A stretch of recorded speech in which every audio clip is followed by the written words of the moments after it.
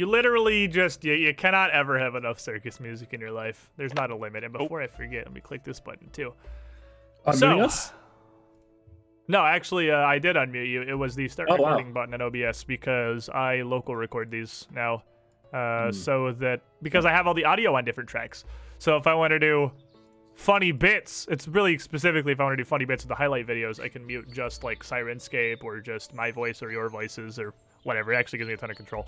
So, last week, as we mentioned, we finished our investigations of Moonstone Hall. Zool, crotchety old man ghost as he may be, did bequeath his Moonstone circlet to Arbus so that she could use it to access these Moonstone pools for which the temple was named. And we saw several interesting things, actually. We saw a prophecy about the circumstances of her birth. And in the waters of the corrupted pool upstairs, we saw a meeting where the Trogs had first come to use Moonstone Hall. Not only do we learn a little bit about the recent past of the Trogs and the distant past of Arbus, we learned some, perhaps even earlier than that, about the history of how the Starstone Isles even came to be, the origins of the Aeon Orbs. But all of that,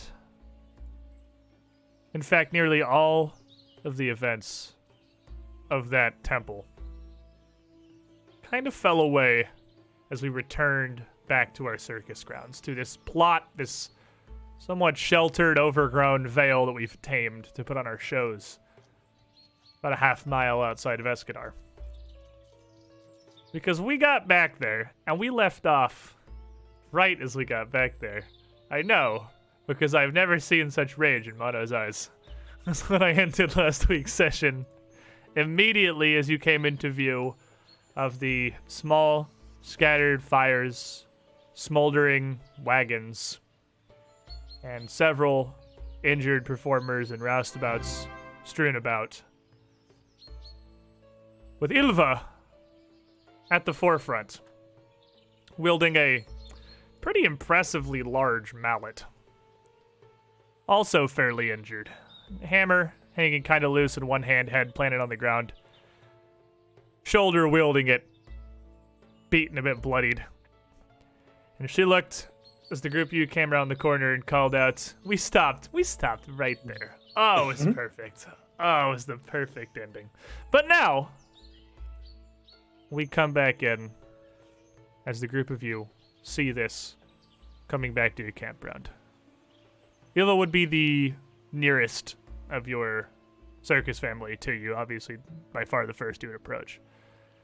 And she sees all of you, who are also fairly injured across the board here. Barkbeard, Selwyn, Ara, and Aravis, all also pretty well beaten.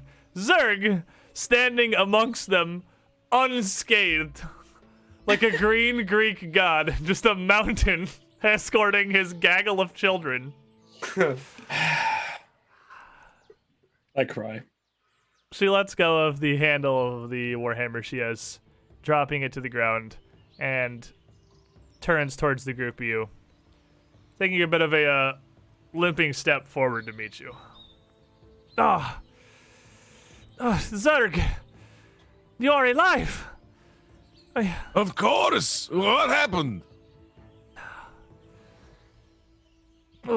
Wait, hold on. Moment. May I have a guess? It was the cat, wasn't it? I would not be surprised if it's easy to guess. The cat herself, no, but Well, no, obviously. the menagerie, almost certainly. Are They you wore masks, okay? and I am fine. This Are there Course wounded you're more fine. than you? Do I need And, to... You're Zerg's woman. You're indestructible like me. This is why. This is good. Okay, you're fine. Okay, all right. She kind of smiles, grimacing a bit, looking at the group of small folk here. I certainly would say I am better off than most of you. Did they find you too? After a fashion, yes. Do you know that the cat had some side hobby, including and not limited to demon worship, demon summoning, and atrocities committed against man? And she was friends with the Trogs. And she just kind of Right. looks down across the group of you and looks back at the Zerg. Zerg, what is this nonsense? The small ones speak. I'm not too sure. I've just been killing Trogs. This I don't think cat's we're somewhere really, doing some bullshit. I don't think we ever caught up Zerg. Zerg doesn't care. Yeah. Oh, that's fine. So, Zerg's his mission. He's good. Yeah. you would get another voice emanating out from near nothing, as possibly the more attentive of you may notice just a bit of a shift in the grass nearby. Oh, well, a lot of you sure are a pretty sight for a tired eye. And with a small, faint twirl of greenish smoke, Blue would just appear in the grass, standing nearby Ilva. His vest looking well kind of like you had left it last time you had fought. Not cut so badly, but ripped and damaged as he's clearly taken a few hits. He's keeping himself upright well as he can. Fairly large bruise spread across the side of his neck and up onto his right cheek, even visible through this kind of scaled tattooing he has. Been starting to wonder if the group of you were gonna make it back from, well, whatever it is you were running off doing. Right. Well, we're here. Glad to see, you took the offer seriously and didn't betray us once the menagerie came here. Not I thought you would, obviously, but the assurance is nice. I feel like I'm making more small talk than need to be, but is everyone all right? Do we sustain casualties? All right. He just kind of looks back over his shoulder. Well, and Ylva sets in again. Nobody is dead, Whew. I think, but some of the performers are very injured. The professor, he may take weeks to recover. He Where is are an they? old man. I should go see them immediately. And she turns and just kind of gestures with her face, nodding I back just- towards him. Go that And- direction. Blue points back with a thumb. You gotta find him back towards the circle of wagons. The girl Tulip's doing a pretty good job attending to their wounds, but Selwyn here, your words are fluttering more erratic than a butterfly. I feel you've seen a bit worse than we have here. All we got was a bunch of the menageries dewdroppers coming by to bop the competition, taking advantage of the lack of its headliners, as far as I can tell. Yeah, we went deep underground, found a lot of sharks and a lot of demon worship, and some ghosts, asshole ghosts, castles. And he kind of nods, and Eva jumps again. And, ghosts! You're fighting ghosts in the city. For why? I asked them the same thing. I do not understand this. I look for trogs. This is what I like to kill. This is big danger, big problem. They're looking for ghosts. I don't understand. But we weren't looking for ghosts. The ghost was sort of there along. Not like we were looking for them just a little bit. I mean, I was looking for trogs, and you're like, there's a ghost, like Scoobus Doobus. Right.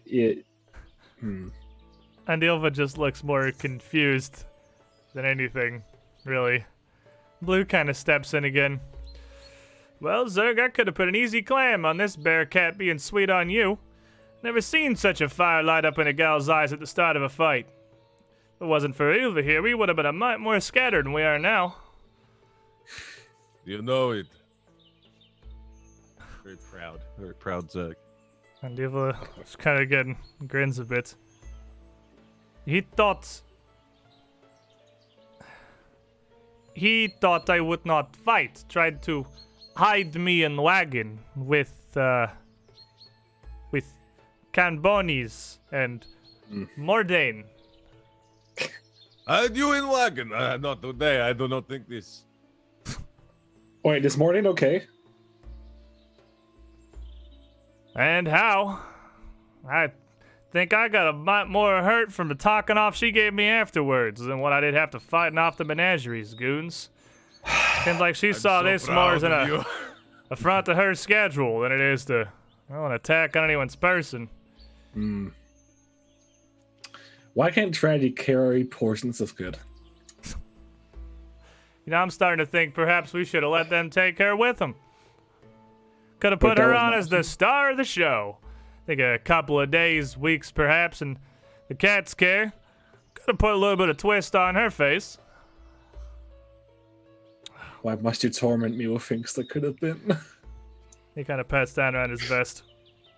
Well, I sure could use a butt if anyone's got one. I'm finding myself a mite low here. Been busy trying to make sure everyone's okay. Wrangle up. Well, could have been a lot worse, if nothing else. Would have been a lot worse if not for Ilva here. Damn near fought off 3 of those goons herself. Sounds like Ilva. I would have liked to seen that. It was glorious. Only thing better than a proper fight to defend friends on home ground is... Oh. She puts a hand up to her head. Kind of staggers a bit. Well, she did good, but I'm thinking you might want your girl to go take a seat over with Tulip there, Zerg. I'm gonna do a quick cast of a level 1 heal.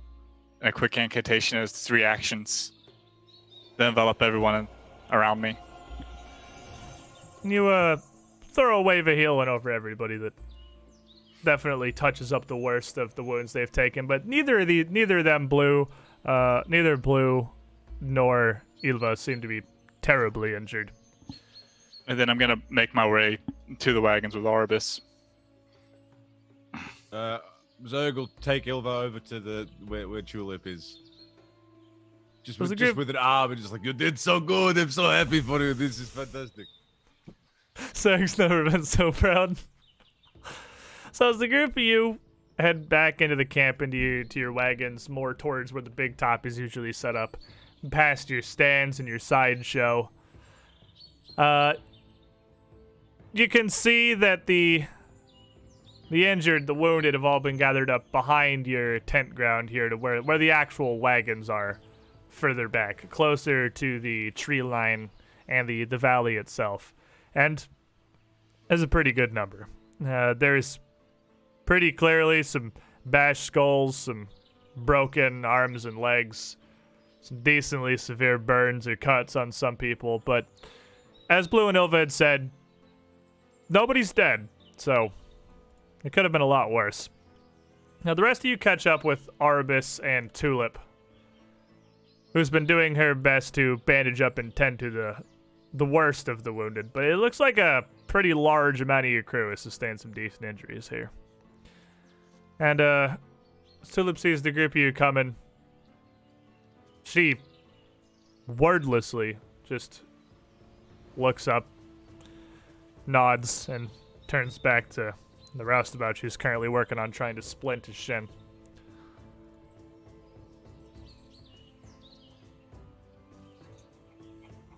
I dive in with her. We're just treating everybody as quick as I can. Triage. Who's more injured and them first. How about the rest of you? I'm gonna try to alleviate some of the immediate pain just by using what I have left of magic to heal in big areas. I know it won't fix broken bones, but it'll at least take some of the edge away.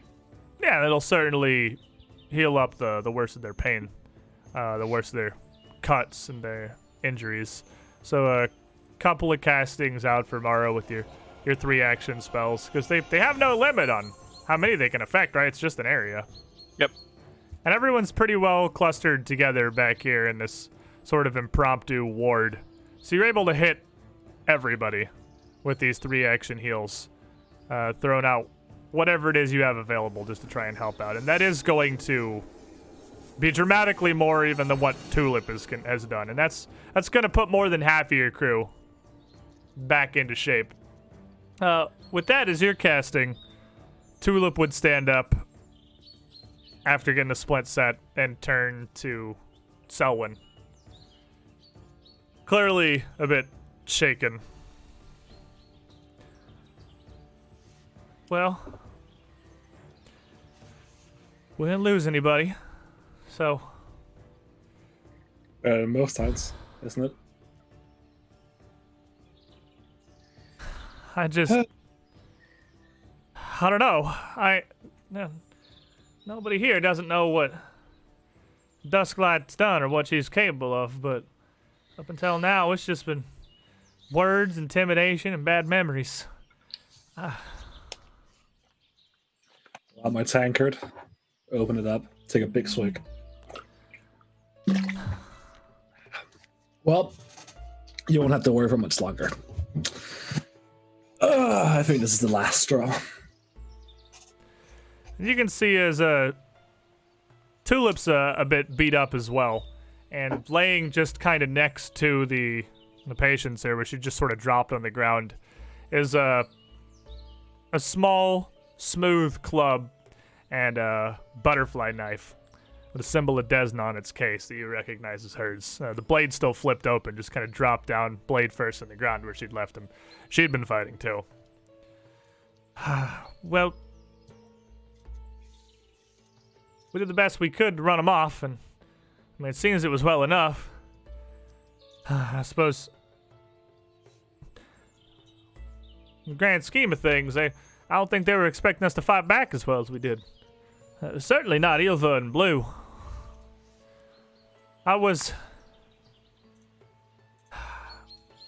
It's a shame of me.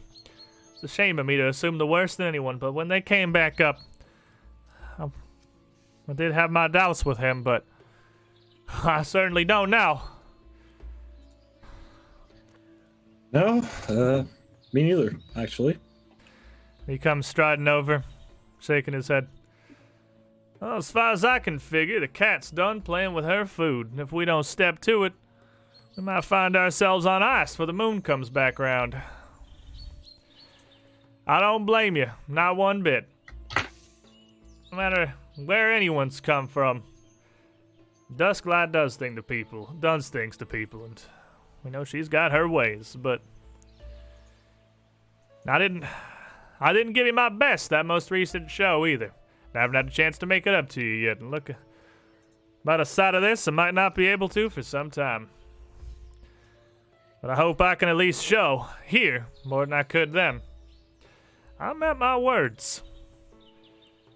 I'm honest, if nothing else, but that comes through deeds, not talk. As it should. This is a fine mess, isn't it? That it is. Now, I think we gotta go report it to the police, if nothing else. How are my wolves? Are they okay? He kind of grits his teeth. You might want to be taken to your dogs there, miss. I know at least a couple of the animals are dead. They tossed flaming torches and poison around their cages and grounds.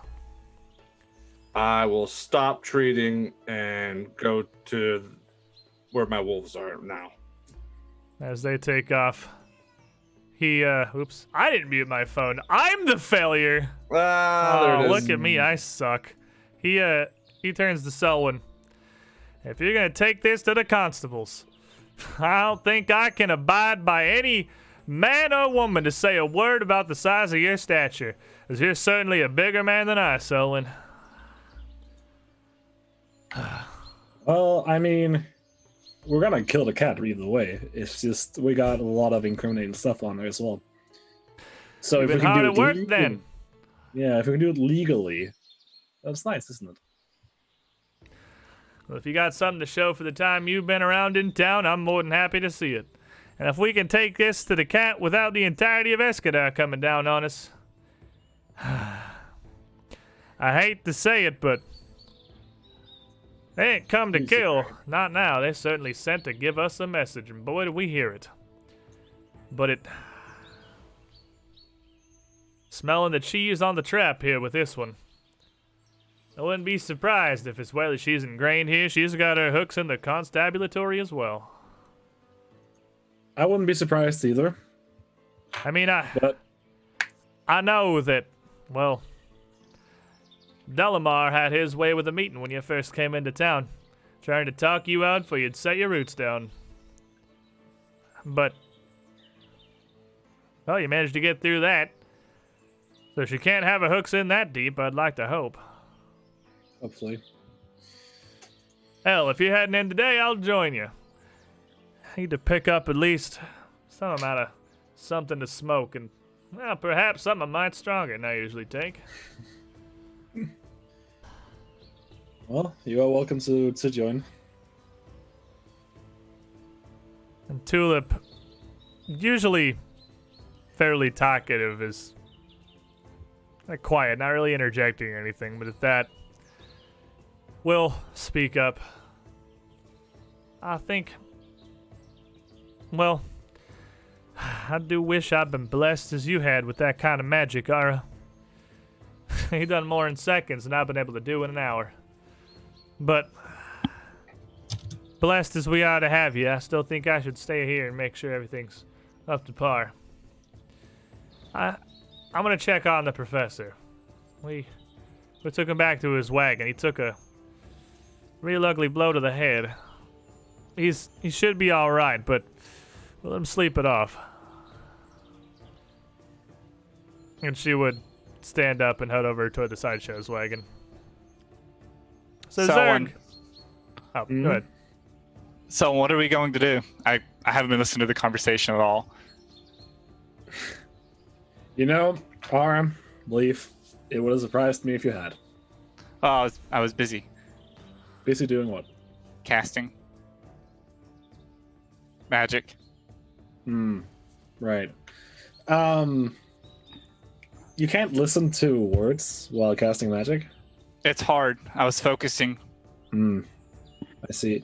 Well, as it stands, we will report the cat to the police, and then, regardless of outcome, we're going to kill her. So we're gonna take it back to her. Take what back to her? This pain. Oh. Yeah, good wording, yes. Okay. It won't just be this pain. We'll add our own flair to it. Give it a little bit more spice. I can't help but to feel we should have been here. Yeah, well, I can't help but feel she shouldn't be around. So, no sense regretting. You can't be taking everything that happens around the world so personal, little stick. You're gonna burn out real quick. No one can be everywhere at all times, and not a one of us saw this coming. I hadn't heard any word of something this brazen, and, well, I was privy to Delamar's plans not just a week or two prior. Oh no. How much of the illegal dealings Desla had do you know of, Blue? Afraid not much that I can tell you. Yeah, Delamar had a pretty good relationship with the town hall. He's an upstanding sort of gentleman, real well spoken. Words fall softly on the ears if you're keen to hear them, and you could use that about as well as anything else. He'd come in the first day that he'd heard you'd come into town.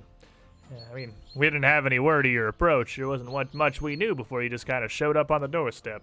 Was able to talk his way in to see that Lieutenant Constable. Can't remember her name, but just by chance it happened on the same morning that you'd come by. By chance, yeah. Took as long as near anyone to get a meeting with him. Then, well, by the fact that you're still here, obviously, you got more of a honeyed tongue than even he does. That'd help. Don't sell yourself short as it may be. Well, so your words wouldn't be much use testimony then. Well, With I your can certainly speak up as to what I know. Delmar'd come by trying to get you lot shut down for you had a chance to bloom, and when that didn't work out, he brought us in to shut the show down right proper. Which Right. I do still carry heavy and apologetic for my hand in that. It was my magic that turned the lights out on your act in particular, Selwyn. Yeah, that kind of screwed it up for me, didn't it? Anyway, it's fine. All's forgiven, especially given your recent actions. Is there anything keeping me here? I'll look to Tulip, or should I go immediately?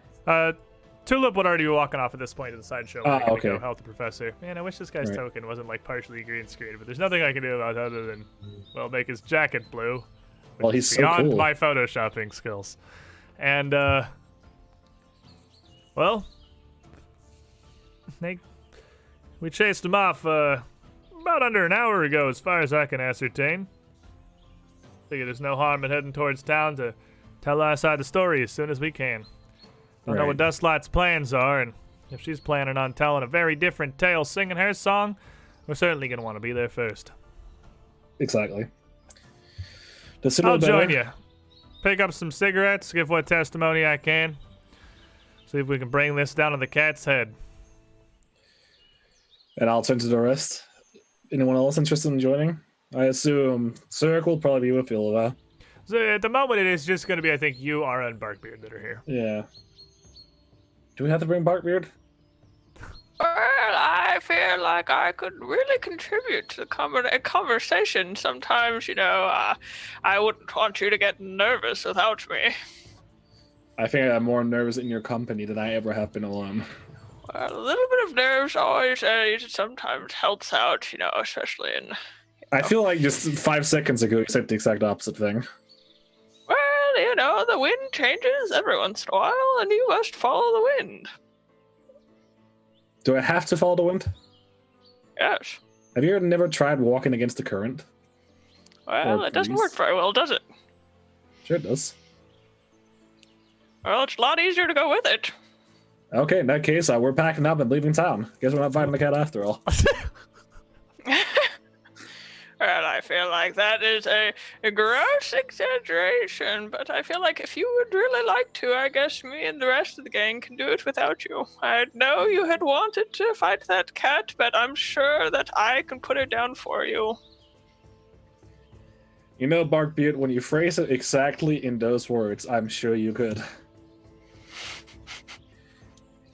So, Zerg, you would have gone off with Ilva. Also back the same direction as Tulip would eventually be headed.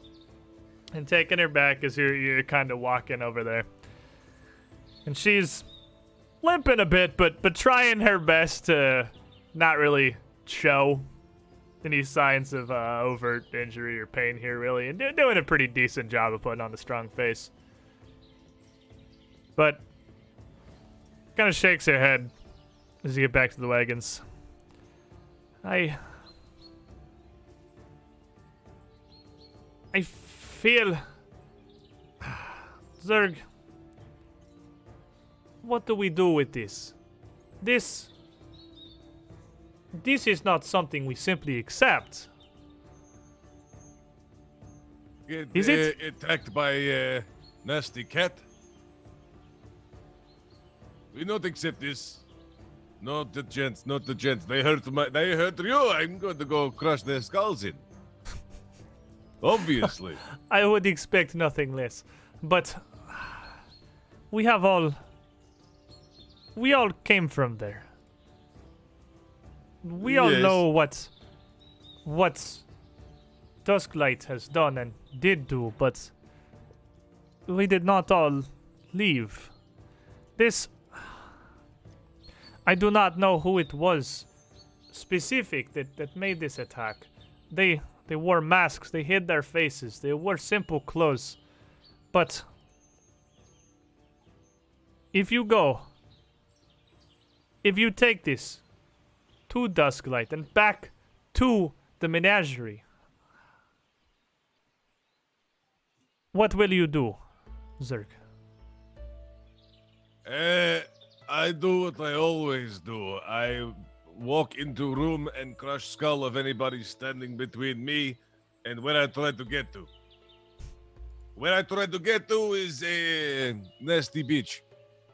If someone try to stop me, I assume they're bad and I crush skull and move on.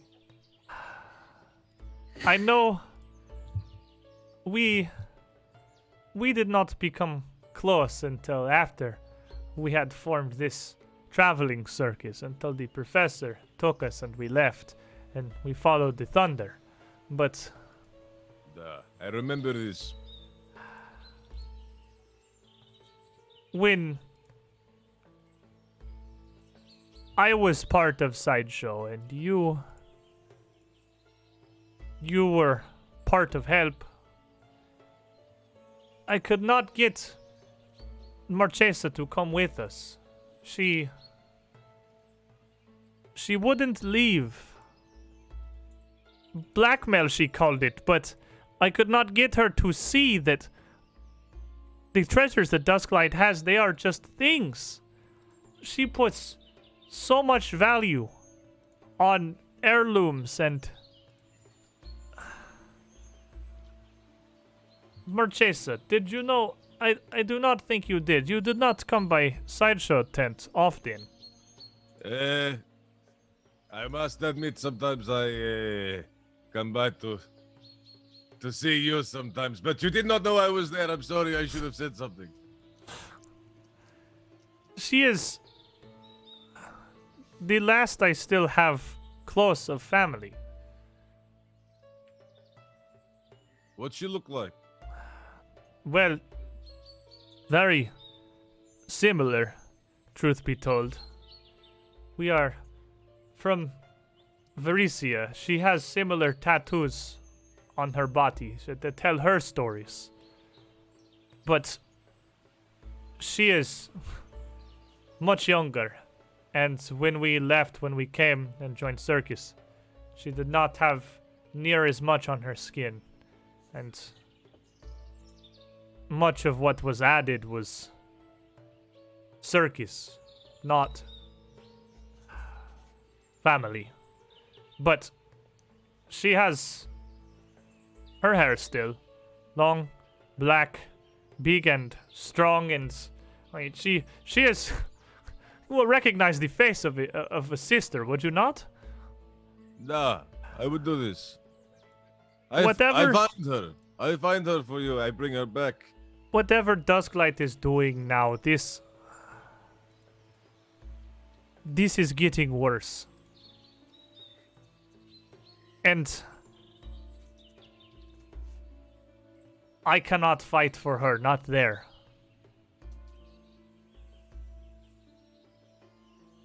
I know we were not particularly close. We had disagreements as sisters do, but I don't want to see her skull open this. Not if it can be helped. At least can be helped. I be give careful. give her chance. Nah. Chance given. I remember this. But only for her, nobody else. I would like to crush skulls. She definitely, I will not crush. Even if she fight me, I just sit down and say no. Naughty. You are No skull strongest, crush today. strongest man alive, Zerg. This I am is what sure they you call could. about me. Thank you. It's okay. It's no problem. You did very good today. Let me look at your injuries, and then I'll Wait. just try and heal her up a bit. This is nothing. This is nothing. I know this, but then I should do this. Do you want to make a medicine check? Hell of medicine. Yeah, Oh my. we gotta. I mean, we gotta have Zerg Batsy MD actually roll a medicine check, right? Oh boy. What are you? Are you an expert or are you just trained? I think I'm just trained. Okay. Of course. Oh my god. 31. There's no justice. There We isn't. have just a little look. I learned a little something while I was out there. Zerg Batsky MD. the gift that just keeps on giving. Yeah, you'd be able to tend to her. Perfectly fine. That's like easy critical success.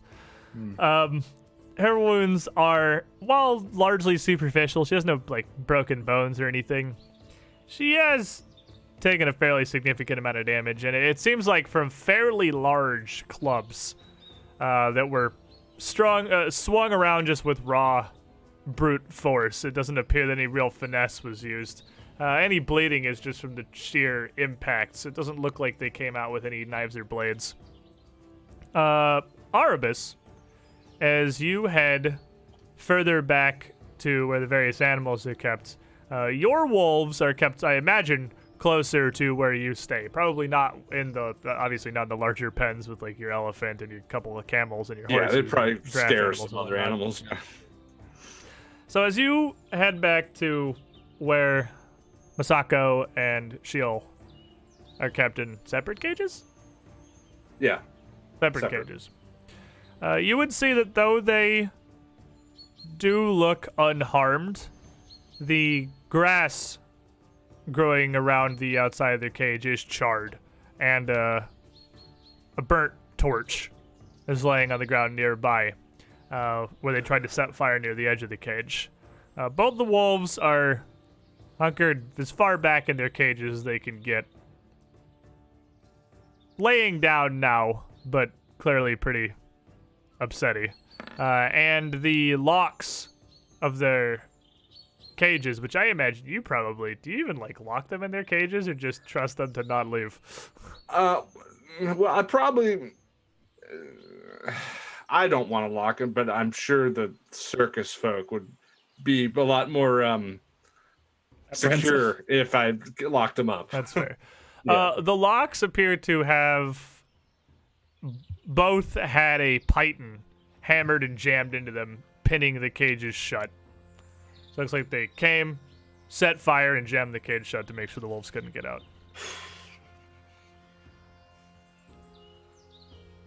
Want to make me a perception check? Yeah, could do that.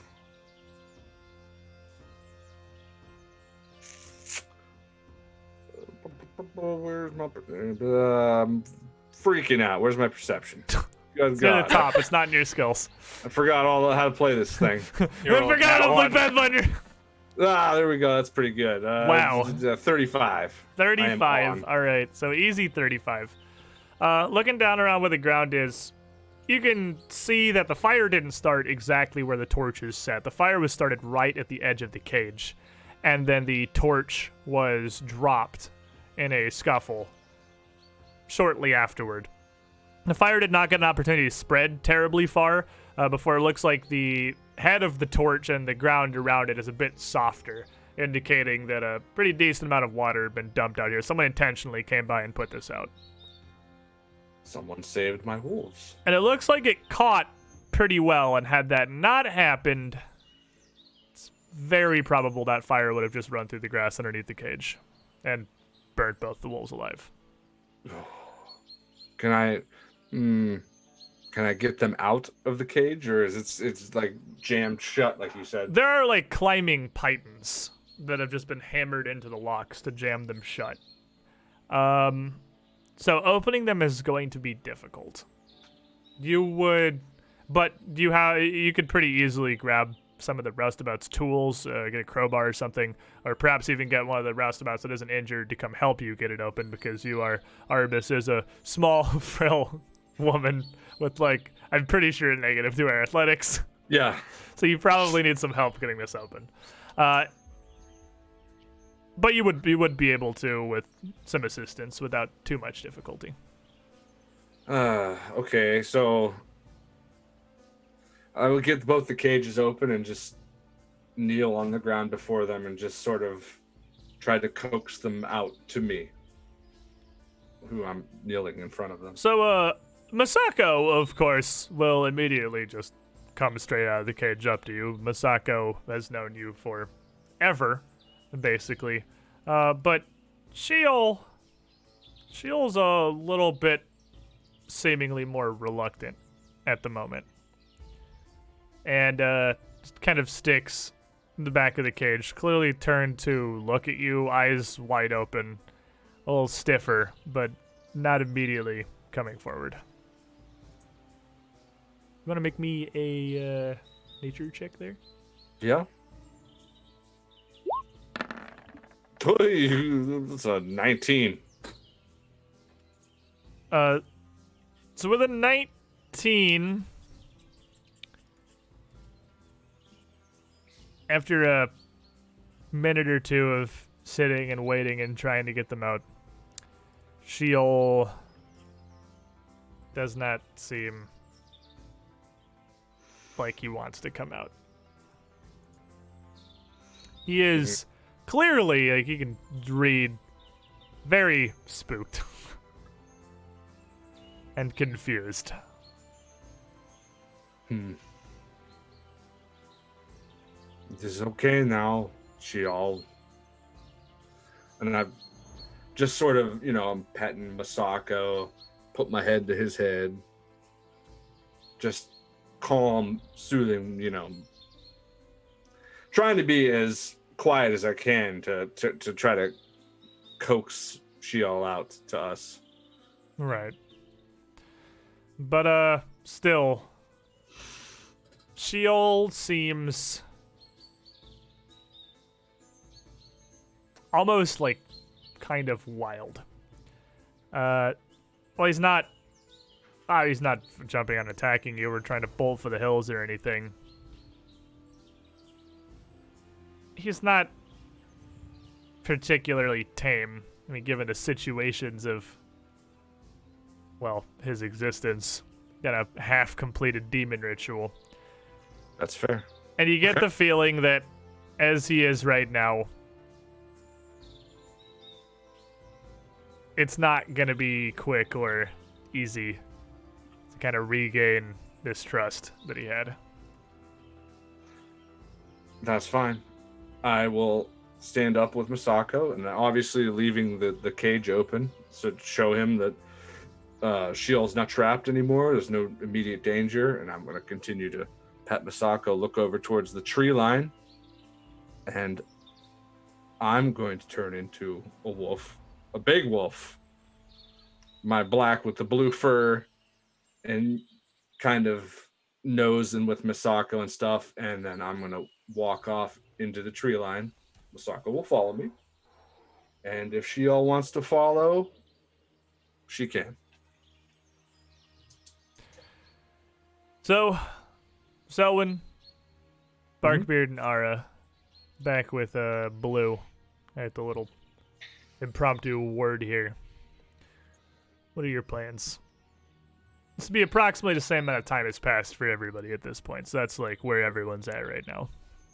What time is it during the day? You had come back somewhat relatively early. I have it in here. It's early afternoon. Around probably 2 p.m. Well, I'd like to make sure everyone's okay and then have leave for the city hall. I'd also like to specifically go around and ask Sork and Arabis if they wanted to come with or if they want to stay at camp. I could go ahead and try and make us an appointment. I've heard that those work quite well at that place, although we've never tried. Well, we've done it twice. Well, I mean, appointment ahead of time so that the wait time might be a little bit shorter.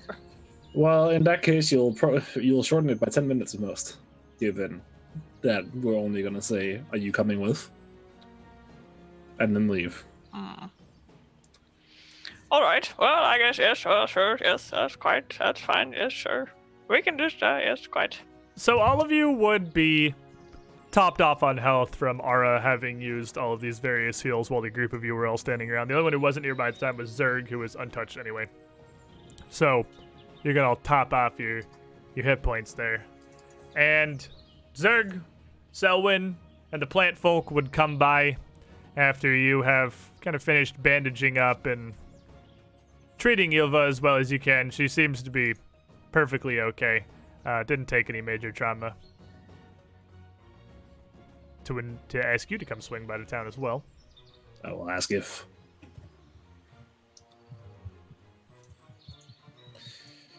So we're gonna go report the cat, and then we're gonna go kill her.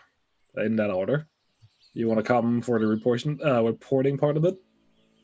You do the paperwork, I do the crushing. I stay here, you come back, get me when we're ready to, you know what this means? You understand this one? I get all this. Tiny get gnome it. Yeah. fist. You get this? I Not get many this. people understand this, I think. I think I came up with this. Selwyn, I think I get it. I think I'm gonna stay back in camp and help those around. That makes sense. Well, look, it looks like it's just me and you so far, so this will be quite lovely. You know, that weight is actually looking Green. very appealing. Where's Green? It's blue. It's Green. His name's Green. Green, make sure Barkbeard doesn't do anything weird to Selwyn. I wouldn't do anything weird. I'm quite, skilled, I say. Nothing weird. Are you gonna be really careful? I have to cast my most powerful spell on you. Well, you've already cast some kind of spell on me, I would say. I'll cast one that's even more powerful. It's called Stab. And it has no limit. Anywho, sir, I figured that would be your response, but figured I'd give you the option. Just in case.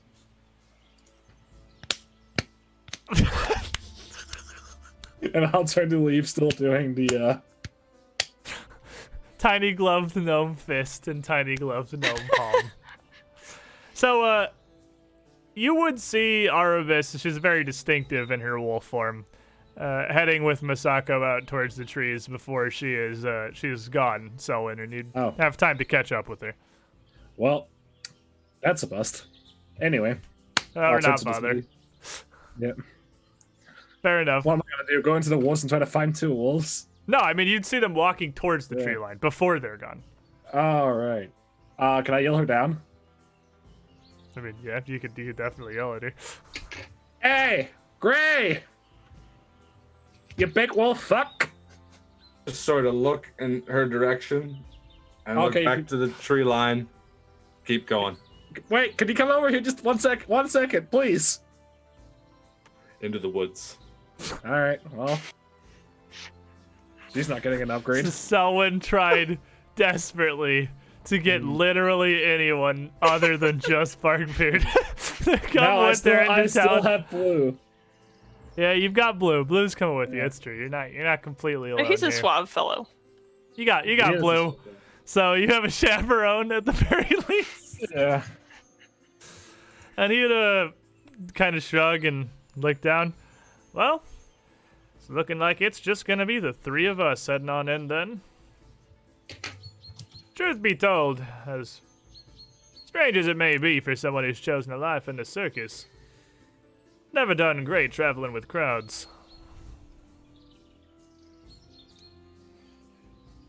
Well, right, sure. Sorry, Blue. I seem to lose my words around you. Anyway, let's get going, and I'll walk at a very brisk pace towards the constabulary, whatever it's called. And as he's falling around after you, your gnomish brisk pace probably being his normal stride. I'm just as fast as big creatures. It's running and combat. Yeah, and overland travel too, it's fair. He follows along after. Well, I suppose I'm fully to blame for that one. I'm bringing a little bit interest in trying to press perhaps a touch too much class into a young, he reaches up and touches his own horns, particularly difficult type of boy.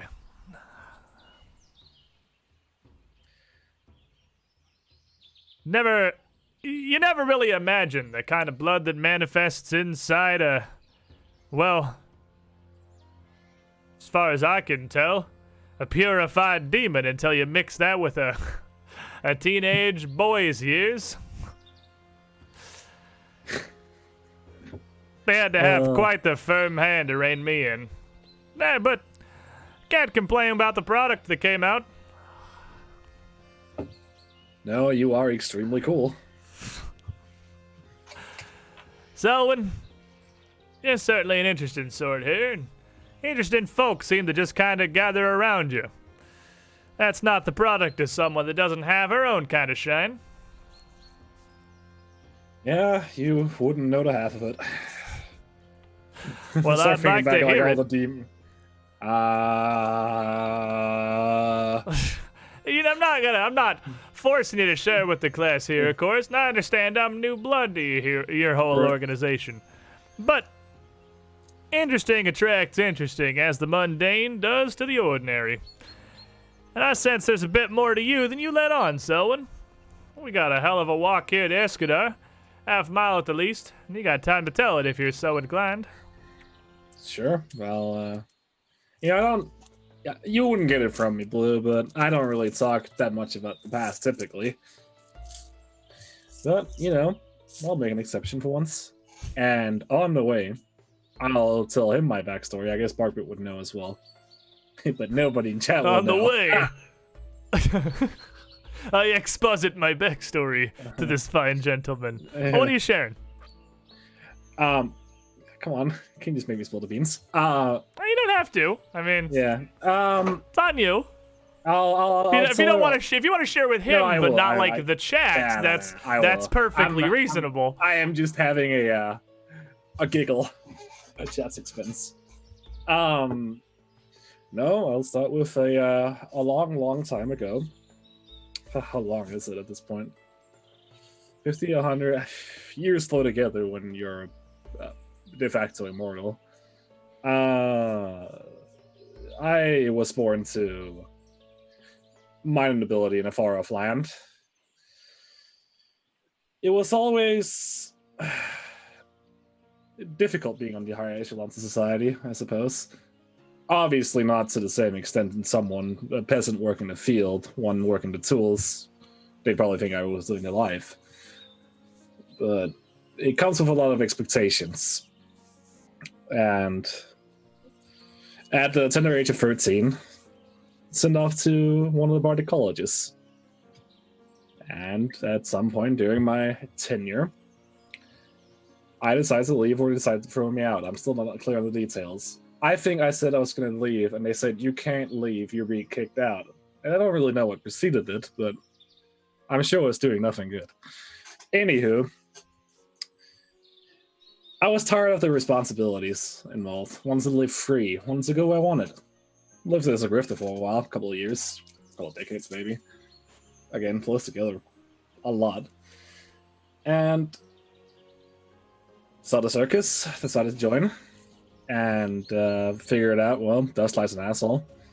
As evidenced by fact 1, 2, 3, 4, probably 100. And we started the Circus of Wayward Wonders. And now I'm trying every opportunity I get to recruit interesting people. Like you, like the rats, like Erebus, like all of them. It's not too long of a story when it's being told in the shortest of ways, but, And one that certainly resonates with myself on a particular level, and one that seems oddly similar to my own upbringing. Oh yeah? Two birds of a feather, we might well be. Different lives, of course, different sides of different societies, perhaps, but similar threads running through the same vest. And Right. at that, he kind of turns and looks forward, a little confused, and points out, "Oh, we might have to turn our eyes to the road here for a moment, because it looks like there may be trouble." And as he points up My ahead favorite here, kind. there's a wagon as you approach the outer areas of Escadar, the outer reaches. There's a wagon off to the side of the gates. Fairly large and almost, if a wooden object can look visibly overstuffed, this full wagon carriage does. It's not covered, it is a full wooden, almost a carriage, but just appears to bear on it a wide assortment of various cupboards and drawers and pull-out areas for different types of storage. Seems to be stuffed to the brim with assorted goods. It's a little off the side of the way here, and is of a make that looks a bit peculiar to you. In front of it, turned away from the pair of guards at the gate, is a man, fairly well dressed with some simple slacks and a vest. His black hair, almost kind of greasy, slicked back but well kempt, and a similarly trimmed and maintained beard on his face. Walking back away from the guards towards his wagon. No horses or oxen or any kind of draft animals inside at this point. And as he's looking to the road, looks to his wagon, looks and sees the group of you coming down towards the gate. He just puts a hand up. Can you believe it? I come in here with a wagon full of goods to trade, and I can't even get through the door of the town. Something about permits, taxes, some kind of preparation I was supposed to have in advance. Anyway, y'all look like an interest in traveling swords here. Sal Sartod, Sal Sword Borium. Perhaps I got something that can interest you here. I always find you can do your best business outside the walls of the town. Don't even need to necessarily make your way into the proper markets. It's where all the travelers are coming by, right? All the interesting sorts. And Sal Sartod, Sal Sword Borium. I got a pretty good eye for interesting sorts. I get it. Sell sword. Interesting swords. Sal Sword, what now? I'm sorry. This seems like a joke I might kind of get here. What's your name, little miss? Selwyn at your service. What was your name? Selwyn, buddy. Selwyn, Sal Sartod, Sal Sword Borium. Can I call you buddy? Buddy? Sure. You have your short swords and do you have your swords and armor and stuff on you right now? Oh yeah, absolutely. Yeah, I imagine probably just on the off chance that menagerie goons pop out of the bushes to beat you. Matter of fact, I haven't had a chance to change. Yeah, you literally after actually have not had an the opportunity. Yeah. You've got your stuff on you, and Blue probably would still have his dagger is pretty visible in his belt as well.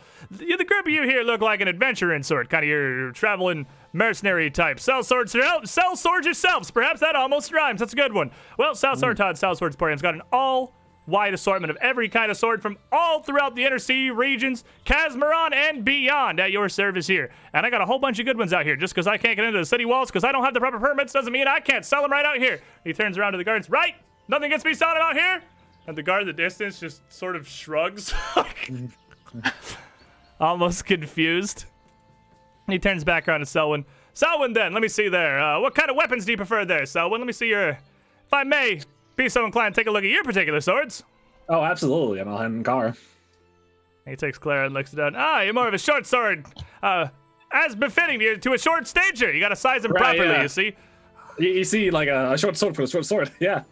A short sword for a short swordsman. Swordswoman as it may be. I like that. I like you. You're a good one, Selwyn, buddy Selwyn. I got a bunch of things we can add onto this that might be of various sorts of interest to you. But your friend here, and he hands it back to you as he goes over and opens what looks like just a simple cupboard door on the side of his wagon. But it doesn't swing open. It doesn't pivot on hinges.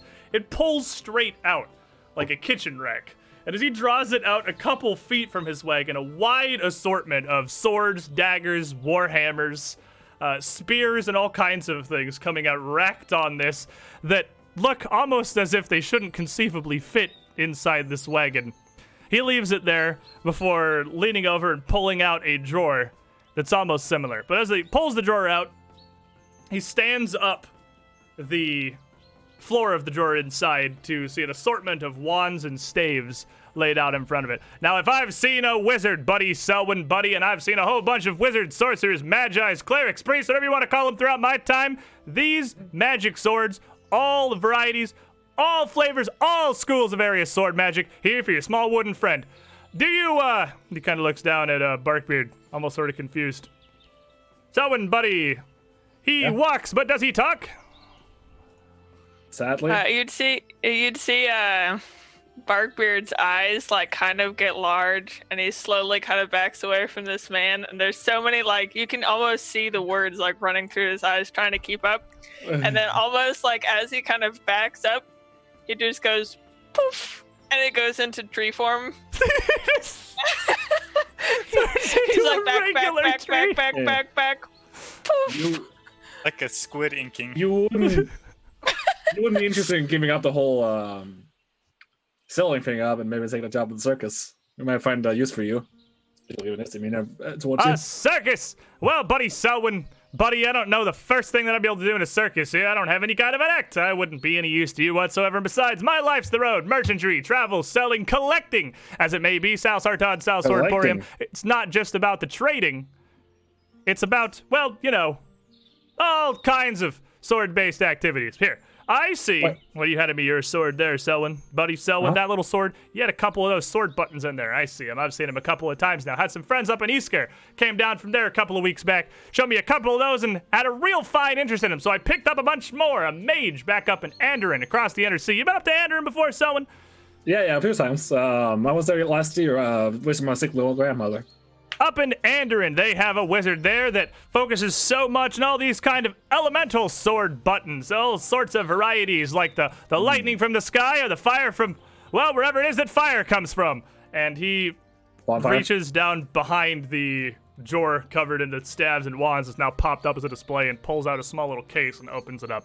And inside, it almost looks like Ash's frickin' gym badges in there with a bunch of various runes set into stones, but they're etched around the rune is a clear design of an indication of function, where there's a sigil inked in red in one rune stone, there's a flame around it, another in blue with a droplet of water. And he hands the whole case down to you. Take a look over these here, buddy Selwyn, buddy. All these various sword buttons, you attach them to your sword there. Not only are you going to have the sharpest, the fanciest, the most accurate sword you've ever been swinging, but it's going to come bearing the fury of the elements, the fury of the storm, a storm that was on fire and also spraying acid in every direction. I'm gonna be honest, it sounds extremely cool. Now, hold up a second, because you were saying about collecting yourself, right? You are collecting the sword. Oh, of course I do. Where do you think all of South Sartod, South Swordporium's various assorted swords come from? It's half the business of the traveling merchant. I'm not just selling, I'm buying. Exactly. And see, that is where I have an offer for you, because I would be very interested in all these fine collectibles that you've shown me here today. Obviously, of extremely fine make. I wouldn't bet up to your sincerity and the quality of your items. No, of course, So- every one of these comes with South Sartod, South Swordporium's guaranteed. Every sword Exactly. of any variety, drinkable swords, board swords, sword buttons, anything you pick up from South Sartod here's got a South Sartod, South Swordporium's guaranteed. Guaranteed to That do was exactly what I was hoping. because exactly while- as South Sartod advertised. No guarantees. Of course. So, obviously, we here, Traveling Circus, we make money from the circus, we make money from our adventuring. Of course, It all of course. Exactly, it all comes together quite well. But currently, our funds, lower than they should be. However, in this fine bag of mine, I'll pull out the bag of holding, I have not one type of thing, not two types of thing, not two types of thing, many types of things that you will be interested in. They're worth a lot of money. I've got tiara swords, I've got moonstone swords, I've got book swords, I've got ruby swords, actual gauntlet swords, moonstone swords, obsidian swords. Well, you hand that there sword, you see, Selwyn, buddy, Selwyn, I knew it. I knew it when I saw you. They said to me, South Sartod, you sure can pick him. When I saw you coming down that road with your friends here, and he looks over to Blue, South Sartod, South Swordporium, and puts a hand out in Blue. Just grin on his face, kind of shrugs. Blue Crescent, and I can't say I've ever had the pleasure to make the acquaintance of such a fast-talking salesman as yourself, South Sartod. And, he shakes his hand, then turns back. Blue, buddy, Selwyn, buddy, Blue, and points back down to Selwyn. They tell me, South Sartod, you can see him, you can pick him. Hand me that sword back there, and I can see what you've got on offer. I'm sure we can find us a fine bevy of various deals. Guaranteed. Now, just one moment, my good friend of the Soul Swords Emporium. South Swords? Sorry, I keep South getting Sartod, South Swordporium. Soul Swordporium. That's the one. And South I'll pull out Sartod, the bag of points back holding, to it's the like wagon. fucking- South Swordporium. Oh, just empty. It's just like all this shit just falls out. I pick up the few select items that I'm still going to keep putting back into the bag. Now, I'm no woman of logistics. Oh wait, actually I am. All of this, I've estimated this at being able to be sold for the low price of 1,115 gold on the dot. And he looks down. He doesn't even bend over. He just kind of strokes his beard as he looks down this pile of crap that you've just dumped all over the floor. Like, what all do we have coming out here? Dumped across the ground. Right. So on the ground now is let me scroll down so I find from the start. 180 gold worth of moonstones, the 40 gold tiara, 5+1 strike ink fists, a book that's worth 75 gold. So the point is, you're dumping like books and gauntlets and random Necklaces, swords and yeah. just literal chunks of rocks. And obsidian and like actual moonstone. Like obsidian fragments. Just all this crap out across the dirt. As you're looking over this, you see back through the gateway behind the guards a merchant suited up with a pretty large backpack with some pans and basic kitchen appliances and equipment on his shoulders. He comes up towards the door, sees the group of you, and just stops and turns around and heads back into town. Like, decides to do his business at a later occasion. So Sal's looking down at the group of that for a moment, wordlessly, stroking his beard.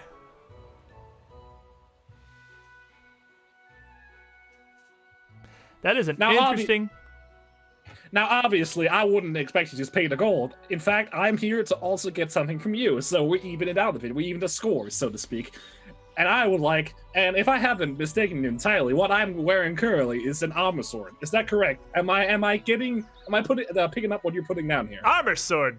I never heard of something called an armor sword. Always had them referred to as body plate swords, personal defensive swords, flat swords.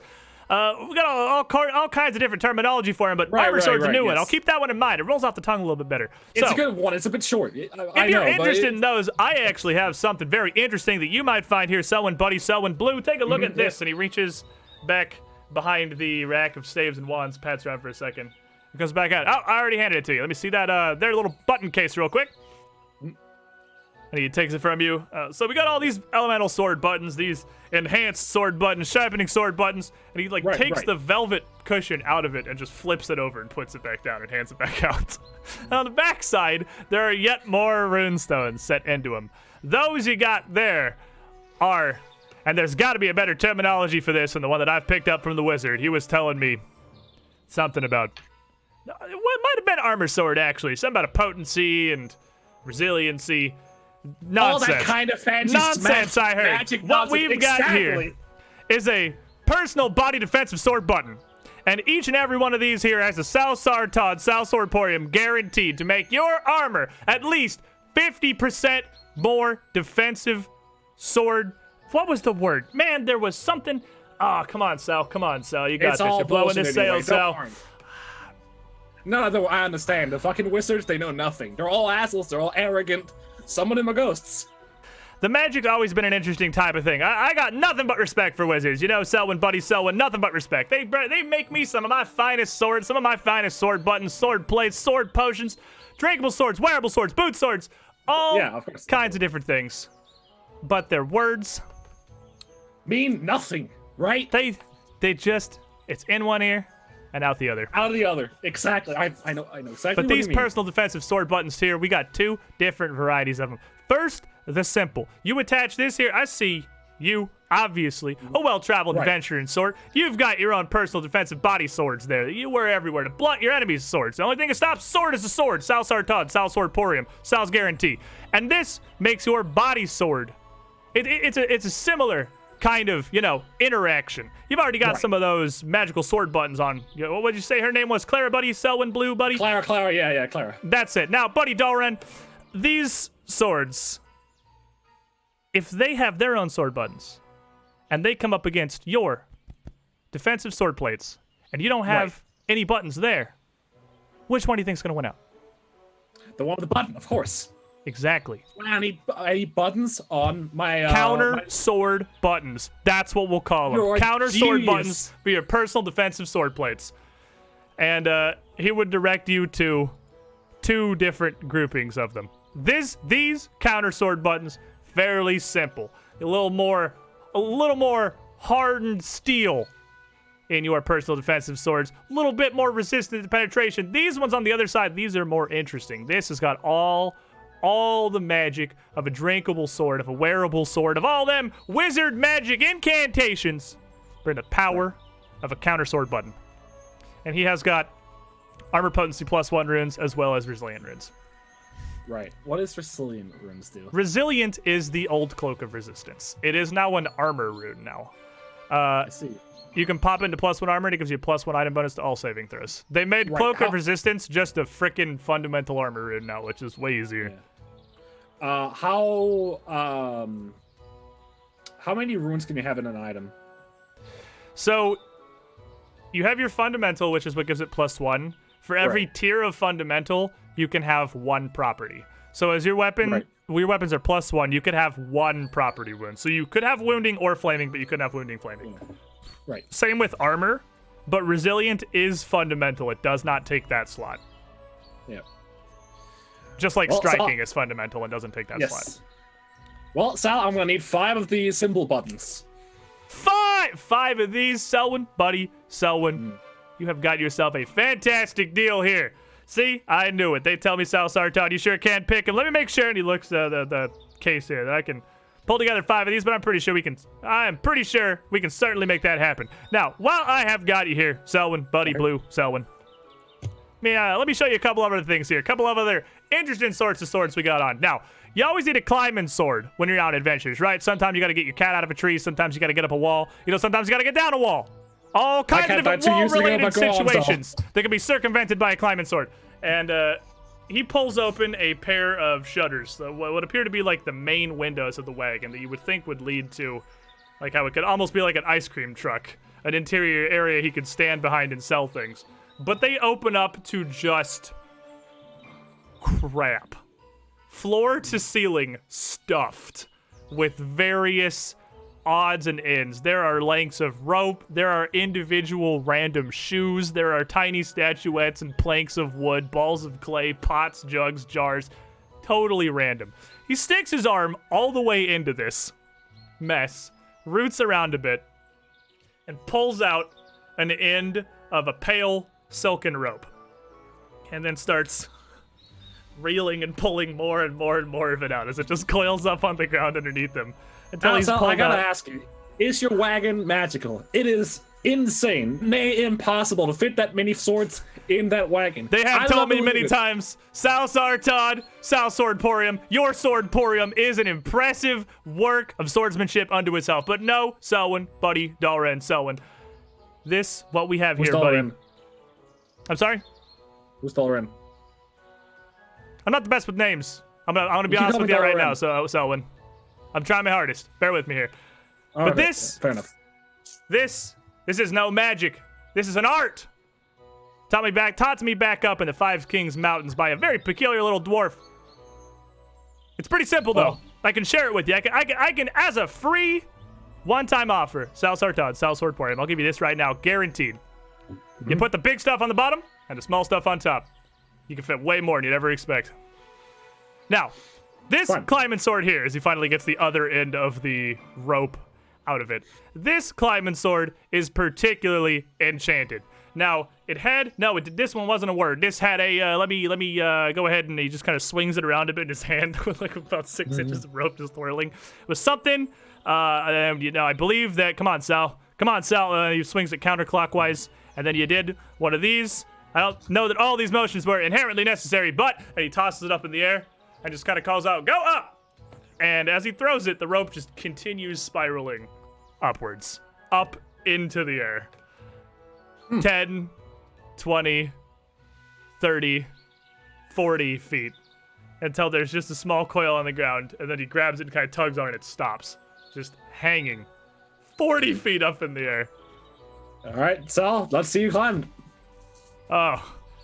Selwyn, buddy, let me tell you, Sal Sartad, Sal Swordporium. Now, you may think from hauling all these various swords and my travels around that I would have significantly more upper body strength than I actually do. But you can give this a good old hefty tug. I can pull on it, you can pull on it, your buddy Blue can pull on it. Hell, you can tie your tree over there to it. As I imagine Barkbeard is still just a small tree in the center of the road and hasn't moved. Yes. But this, yeah, you're never going to pull it down. Sal Sartad, Sal Swordporium's guarantee. But if you do, no guarantees. Well, that seems pretty good. How much are you taking for this? If I might inquire. I know it's a cool thing that. This, and he looks up, craning his neck back to see the very tip of this gigantic rope here. This here climbing sword. You know, or do you? Selwyn, buddy, Yes. Blue. Right. You doing So? good deals with me here. What with me not being able to get inside the city walls or any of that. So I'm going to do you a good favor. Normally, you might have lesser salesmen ask you for 500 gold pieces for this climate sword. You might have them ask you for 400. They'd be ripping you off. You might have one ask you for 300 gold pieces. And honestly, you'd be finding yourself a fair deal. But if you're interested in this right here, right now, part of this exchange, I'll give it to you for 200 gold pieces. That is a price worth dying for. Who knows when we need something like a climbing sword. I'll take it. Now, this rope doesn't just go straight up. You can make this go pretty much any direction. And he pulls on it. Right. I have to, hold on one moment here. He can't. His rope is still hanging and he can't pull it down. There's a way to undo this. They showed me. It was some time ago. Wave it. Down. And we go counterclockwise. Down. And we go up. And down. And around. And he pulls on it and it just starts falling out of the sky. 40 feet of rope just tumbling down as he kind of steps back and watches it just land in a surprisingly well-coiled pile on the ground. There we go. Fantastic. Watch. And he takes the end of it. Oh, there! Fine guard! And turns to the guardsman in the distance, and the guard just looks up. Kind of shrugs a bit. And he just throws the rope to the guard, and it sails straight. A few dozen yards back to this guard before it stops in front of his hand. And Salsar Todd just nods. Give that rope a tug! Assist me with the demonstration, will you, if you won't let me inside the city? Salsar Todd, Salsar Emporium! The guy just kind of looks at it and grabs it and, like, tug on it. Kind of motions to his buddy, and his buddy comes over and he tugs on it, and they don't move it. It's set. Even horizontal in the air there. Oh, perfect. Seems good. Seems perfect. Seems better than perfect. Good. Good. Perfect. Now, Selwyn, buddy, I got plenty more for you. I got these here wooden magical swords behind me. I got healing wooden magical swords. I got transmuting wooden magical swords. I got fiery wooden magical swords. I got these armor, sword, counter sword buttons. I got regular elemental sword buttons. All kinds. But, Selwyn, there's more. Now, There's more. You can't be serious. You're a madman. Salazar Todd, Salazar Emporium. We're never at the end. There's always more. Now, There's always more. Incredible. You got some pretty light armor there that I can see. You don't look like you like to bear your burdens particularly heavy. I understand that. I can get behind that. I can appreciate that, Selwyn, buddy, Selwyn. I agree. Right, yeah. Now manage your I'm with statue with that wagon. You So- know, traveling lighter would be a blessing, of course. You know, Selwyn, buddy. Whereas you're right on one count, you're wrong on another. And turns back around and just sticks his hand into the wagon with no better answer than that. And pushes his hand down into this window and pulls up two small leather van braces that are only short, cylindrical, maybe 2.5 inches wide. Holds them out to you. Now those counter sword buttons are only the beginning. Now imagine the magic of not just a counter sword button, but an entire personal defensive body sword. In these. And that's all I gotta wear. Ah, I call these counter sword personal protective wrist bracers. And hands them down to you. Guaranteed to repel other swords of equal or lesser value. No guarantees. and I'll start thinking. Right. Can I put property runes on a monk? Wait a second. You that doesn't work. You can't put property runes on bracers of armor. You can put talismans on them, but you can't. No, put I property know, but runes the on them. braces of armor, like, isn't that the same thing as? Isn't that the monk version of armor still? Basically, but I don't believe they can take property runes. No, but my point is, I've purchased one too many armor runes. Well, we're still in think transaction. We haven't Right, yeah, done I this know, deal it's- yet, so I think you can that's just what I'm- put the armor runes on regular like padded armor, which is just or clothing.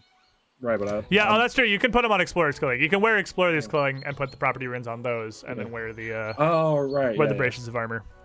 Yeah, You could do I just that wanted for to sure. say something. yeah. Yeah, I wanted to be included.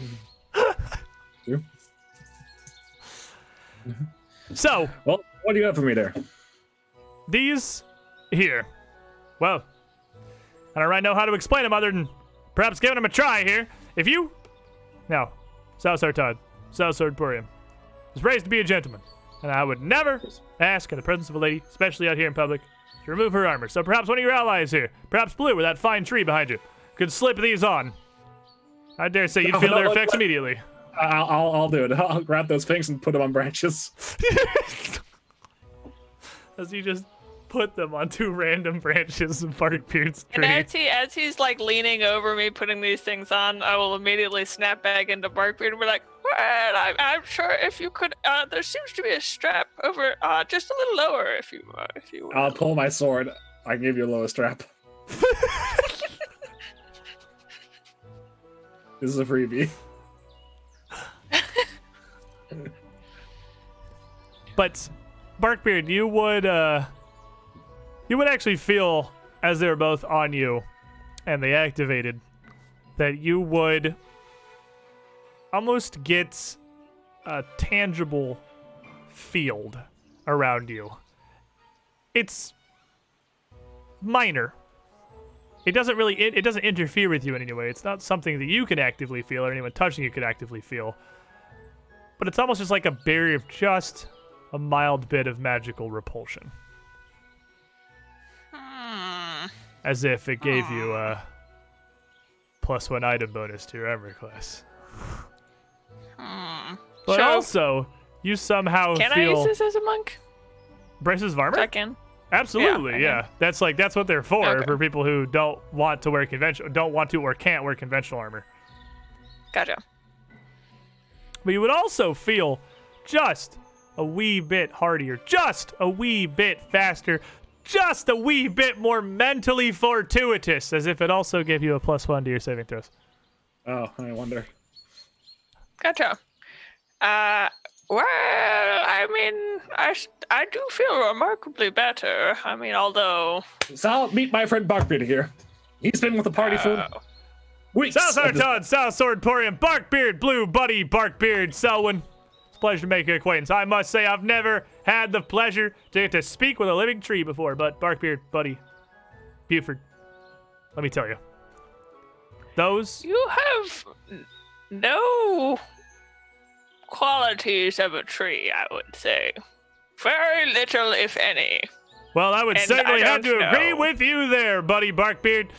Now, these magical, personal, protective, body, regulatory, armor, defensive, unyielding sword bracers. None like them. Right, yes. I will take those, but on the other hand, that means I will get a 1 less sword armor button. Perfectly understandable there, Selwyn. I do understand those personal counter sword armor buttons do fulfill a very similar role. So, now, normally, Selwyn, Barkbeard, Buddy, Blue, Selwyn, Buddy, Sal Sal, Sartad, Sal Swordporium. friend, brother. I'm going to make you a deal right I here, don't like the way you talk. right now. What? A lesser What? man, a lesser merchant would give you these personally defensive wrist vambrace armor swords. They're 500 gold. A better, but still inferior man would sell them to you for 450 or 400 gold. But right here, right now, I like the cut of your business, Selwyn, buddy. I like this stuff. These assorted various swords, sword nuggets, readable swords, all of these you got on the ground here for me. And I like that confidence to just dump them straight on the floor. Of course. 300 gold pieces. Excellent. Hang on, so. We'll take those too. Well, I do see some resemblance. You wouldn't happen to have any, like, willow in you or anything. Willow, Now it's not the Barkbeard. time of being racist, Barkbeard. Buddy. It's just because you don't like this man, it Now doesn't you mean asked that me he a has to question order. there, buddy, Barkbeard, buddy. I'm going to return now with a secondary question. Willow me this. And he turns back around and reaches into the wagon. That pulls is out a- not the way of trees. I will not do anything like a willow. Pulls out a shoe, hands it to you. Wait, well, is it Now, true? if this here foot sword catches your interest there, buddy Barkbeard, I guarantee you, Sal Sartad, Sal Swordporium guarantee, there is a second matching one in this wagon somewhere. And by the gods above and below, I will find it for you. hands you Not necessary. a fairly sturdy-looking, but relatively simple leather boot with an admittedly thick sole. Now, what does that do? Now, these fine footsuas right here are guaranteed, South Sartan South Sword Porium, to put a spring in your step, and I mean that very literally. These are not just any foot swords, these are bouncing foot swords. Make you faster, make you bouncier, pairs spectacularly with the South Sartan South Sword Porium climbing sword that you were interested in earlier, just in case you put the tail end of that a little bit too high and have difficulty getting to it again. These here bouncing foot swords will get you right up where you need to be. You know, Sal, I hate to say it, and I know I truly love to say it. Of all this time we spent together and this money I'm about to spend at your locale, there's a little allegation there, allegory, I think they call it. I will have to decline. I don't even know the price yet. However, I realize it's on the price range. Now, you see, if we look at what I'm buying from you and the stuff I have on the ground, they almost even out exactly. And That is a I love when the logistics and the tables, the money, the coins dribble down. It all makes sense. Everything's level. So a fantastic point. Selwyn, buddy, Selwyn. This boot was ridiculous, and it was my fault. It's on me. I apologize for even offering it to you. So And it's he okay. pulls so it back and just jams it back in the wagon somewhere to this mass. It's okay, but things. I think this is what will conclude the transaction. I wouldn't want my poor circus to go bankrupt, right? No. I understand. You're a good salesman. You know how to sell it, right? You keep grabbing, you keep pulling, and I sit here transfixed, enchanted with your sails, your swords, the buttons, everything. So I must pull myself away, like I will pull this rope away once we leave, and say this is what we'll call the transaction. And from what I can tell, I owe you 5 gold. Selwyn, buddy, Selwyn.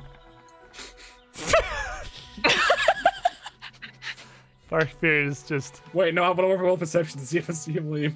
rolling stealth in the distance. Now then, Barkbeard, where are you sneaking up to? Nothing, nowhere. Nothing. I was just stretching my legs. No, you should stick around. You could learn something. The art of mercantilism is one that is ancient to the humans, but you as a tree, you're so young in terms of like the human condition, the human things that we do. You must learn this. Become the stronger tree. You mustn't give in to those willow thoughts you're having. Selwyn, Barkbeard. I don't. Blue, I just have one Buddy. final question for you. South Sartan, South Sword Porium. This transaction we have going across here, you're correct. It's fairly even. It's fairly well made. It's made on good terms. And I appreciate you for bringing it to me after taking the time out of your day to peruse my And fine yours. wares. But you said you have a circus. I do have a circus. Yes, that is correct. You're a traveling circus, by chance. It's a well, most circles are traveling by definition, but yes, this one is also a traveling circus. And would you look at that? After my own heart. So perfect. So pure. The chances of our meeting, it's not fate. It was nothing short of a South Sartan guarantee. Traveling circus. Traveling merchant. Here. Adjacent to the island with the city at the center of the world, so they call it. You're right. We should wrap this up. I got places to be. If I can't get into this here fine city of Escadar, I gotta make my way across to Absalom. I got swords to buy, swords to inspect, swords to sell, and I got a weird feeling. What day is it today? He kind of looks up at the sun. Still, I don't know. I don't really keep track. still Forest, isn't it? End of Forest, late Forest. Probably. Who keeps track? With deals like these, who can keep track of time? I got a feeling. You know, Selwyn, buddy, Wait Selwyn. again. And he kind of leans down a little closer to you. You know, you get those feelings sometimes, the call of your profession, your business. It's as if the money is speaking to you itself. Oh, more often than you would dream, Sal. I hear it. And you're going to call me crazy. All right. But I'm hearing Sal, it you're calling close. from the center of the Longy Expanse. I see. Is this your origin story? My origin story was written, penned, inked, and dried in a readable sword long ago. Selwyn, South Sword Dud, South Sword Porium. So, and he reaches into his pocket and just kind of pulls out a fairly small pad of paper and starts charting down some numbers and whatnot. And then yeah, the armor potency runes, if you want them, are just they're 160 gold apiece. They're fairly cheap. Right, yeah. I wouldn't buy what they're cost normally, yeah. That greater climbing rope will give you for 200. Mm-hmm. And then the you want bracers the for 400. bracers of armor for what I say, 300? Yes, I believe so. Definitely Was- 200, yeah. Was there anything else that you were those are the things that you're picking up? Yes, that should total for 1,120 gold. Is money going his way or money going your way? Well, that's Definitely our the way. total. We hand over 5 gold after everything's said and And you done. give him 5 gold pieces. And along with that, TNT DMD in the chat, he's having a good time. He's hanging out. He's enjoying it. He is throwing forth Salsar Todd, Sal Swordporium, branded perfect hero points. Selwyn, you're getting a hero point. You get your fancy plus sign back on there. Perfect. Barkbeard, you get a hero point. You're going up to 4. Zerg, you're not even here. You're getting a hero point. You're going back up to 4. Thank you for all of them bits there, TNT. Appreciate you. Now with this exchange done here, as you trade almost straight across with just 5 gold pieces traded between, he looks down at it. You know, Selwyn, buddy, Selwyn, you're right. Sal, buddy, Sal. You're right. You're right. This is a good feeling. An exchange of such a glorious amount of various swords of all kinds of interesting origins and stories traded across in just this tiny stack. It's like getting a receipt at your favorite restaurant, 0 copper pieces changing hands. You're not having to walk home with any change you're not interested in carrying. Exactly. You love it. It's beautiful. Well, if you're ever in the market for things, I'll know where to looks- find you, probably. well, I have by definition, you probably won't, but Probably not know you since you're traveling, but I have a strange feeling. You know, fate's a strange thing, and, you know, maybe it'll tie us together like this rope has tied our lives together. that is the perfect spirit that I like to hear, Selwyn, buddy, Selwyn. Sal, buddy, Sal. Sal's also important. It has been a true pleasure. Sal Sartad, Sal Swordporium. Guaranteed, No but no guarantees. guarantees, though. And Now, if you will excuse me, I have to figure out how I'm going to get my wagon out away from this city that they are not apparently allowing me to sell my wares in. well, Sal, buddy, you've not missed a thing. It's a piece of shit. And he turns around and starts sliding the swords and the weapons back in, folding the drawer of the staves and the wands for putting we'll case the rest of his runes back in there and closing everything back up. I'll take your word for it there, Selwyn, buddy. I don't feel like I've missed much of anything. Besides, it's about time I got it away. And I get the sense that you here, I've held you for long enough. It's mid-afternoon. It's hot. Sun's bright. You got business to tend to. You got other things in your life than Sal Sartad, Sal Sartorium. Best of luck to you. true. Selwyn, Blue, Barkbeard, buddy. Buddy. Sal, buddy. And Blue just kind of shakes his head. I must And say I'll- that never I'll look have into the city. And once he's out of sight, I'll like make a break fucking sign like, whew. It's been a while since I've had one of those.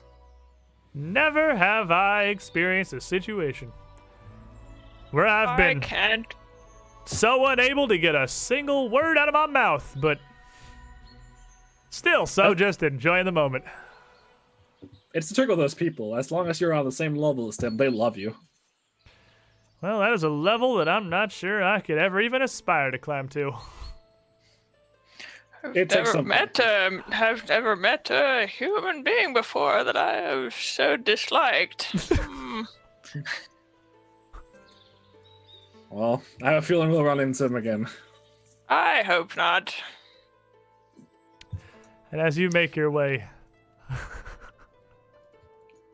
into Eskedar here to take your word to the constables and see what you can figure out here what to do. I got a pee, so I think we just take our midstream break right about here. Literally. I think that's a solid opportunity. I'm so fucking happy I got to meet Sal. Sal Everybody else Sartad. is just sitting sad in the corner. I apologize.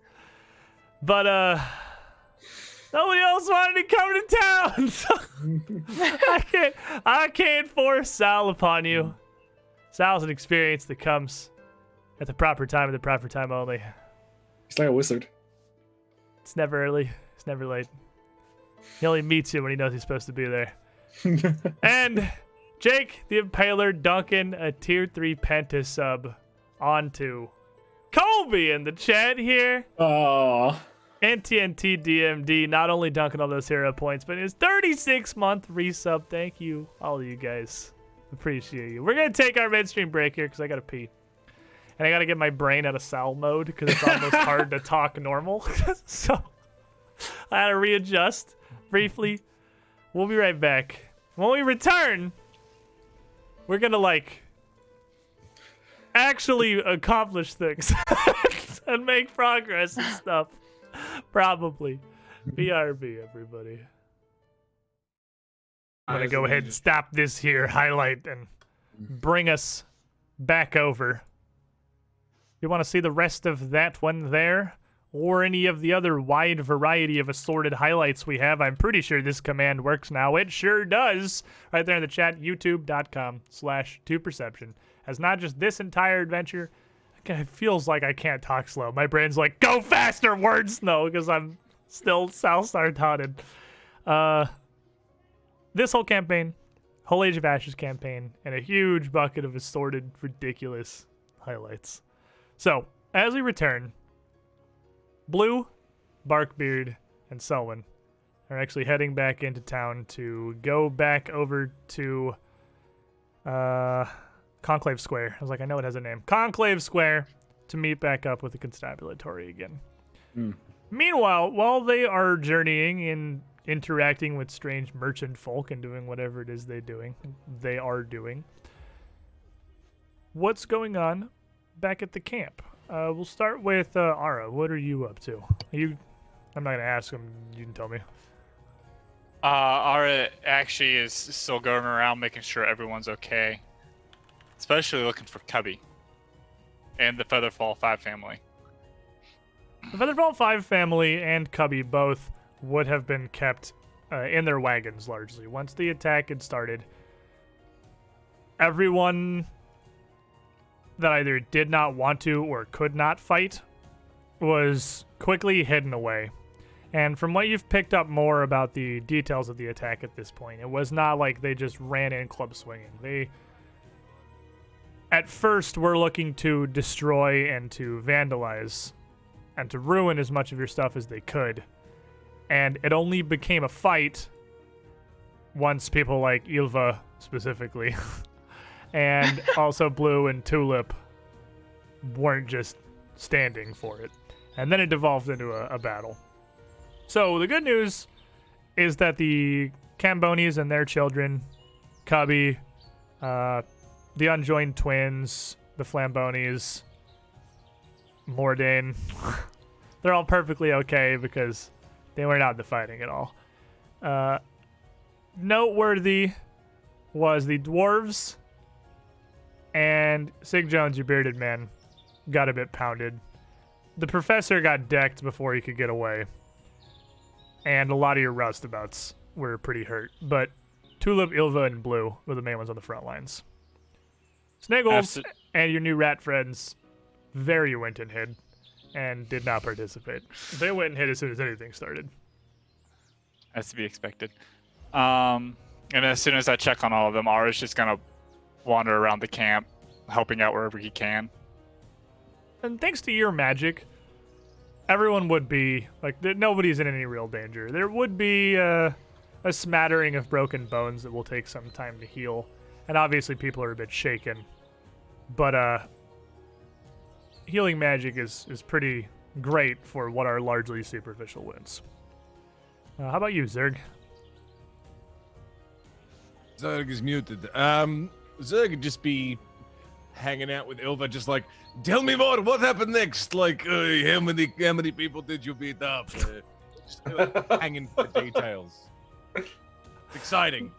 And Ilva would be somewhat almost reticent to share. And as you've been there for some time and you can dig a bit more for more of this, the stories of her battle, Put a hand on your shoulder. Zerg.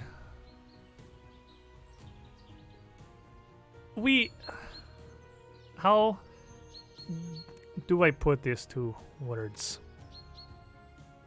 This is a subject of many stories of my people.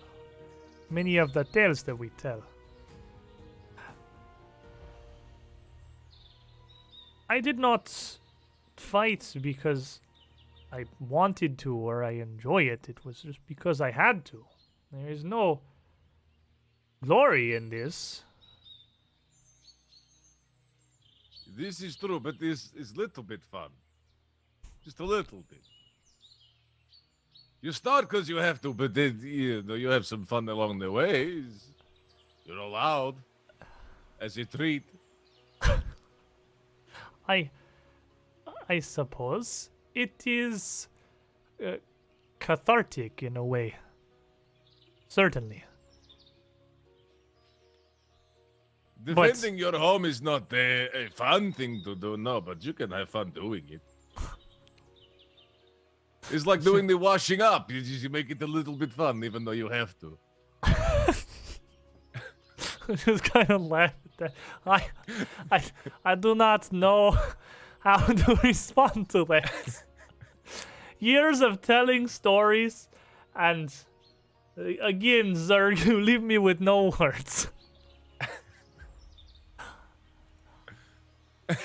But it I is. have nothing either. It's good. All right, Arvis. How are you? What are you doing? Just sort of adventuring in the woods with Masako, and if she all came, that'd be great too. We're just sort of palling around, playing, just sort of enjoying being outside in the freedom. She's got a lot to think about. Lots happened. And then after, eventually would want to apologize to Sheol. Sorry, I was not here for you. I will not make this mistake again. So it takes some time. Sheol would not come out while you were out with Masako in the Vale just doing dog things. But when you did eventually come back to Sheol specifically, he would seem to have calmed down somewhat. And as you wait again outside the cage, at a distance, of course, he would slowly pick himself up and walking almost on the very edge of the cage, trying to very explicitly avoid the bits of burnt grass and almost stay as far away from it as he could. Come out to the door. Not all the way out, but to the door. With his head just kind of hanging out, looking down before you. It's okay. It's okay. I might even spend the rest of the day building a little impromptu shelter next to his cage, her cage, where I would probably spend the night if she doesn't eventually come out.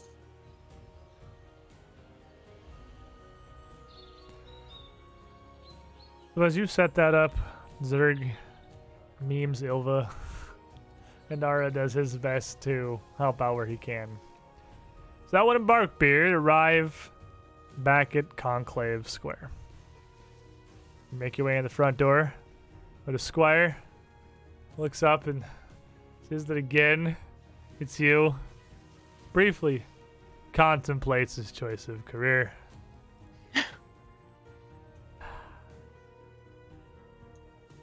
Well, good afternoon. Good afternoon. We don't have an apartment. Can you set one up? Thank you. With your looking for Lieutenant Constable Madradigan? Yes. Can you tell her it's urgent? I I can certainly ask. And writes some stuff on a brief piece of paper and stands up. And one moment, I'll let her know. And as he goes to open the door opens from within at that exact same moment as Constable Holden, who you have seen so many times before in here, is already opening the door, coming out, and there's kind of the square kind of gets startled a bit and jumps back. Holden's a smile on his face, waves a brief hand before walking through the door and then seeing you and Barkbeard, and he raises his other hand again. Oh, hey, it's the I know this. You gave me a flyer. The Circus of Wayward Wonders, yes. Wayward Wonders. Oh, I'm terribly bad with names. Wait. I promise you, if you're staying around in town, I'm gonna make some time to come see one of your shows before you leave. It's a personal goal of mine. With how much we've made you wait in here, I figure you at the very least owed that, right? Of course. Now, when we see Madrad? That is out of my hands for now. I'm afraid end of my shift. You're coming in a bit later than you usually do. And hey, do you didn't give me a date last time you were in here. You wouldn't have to be putting a show on or anything today, would you? No. Dang it. Of course, unlucky. I finally get out at a decent hour. Promised I'd take the lady and the kids out for a night on the town. Was planning on something a little quieter, simple meal perhaps at a restaurant a little further from the docks. But hey, the kids would love to come see a show. I've lived here for years. I know there's another one that's in the town here somewhere. That is the menagerie, right? Yes, You're not. You're not with them at all, right? You weren't. You said you weren't affiliated or anything. We're not now.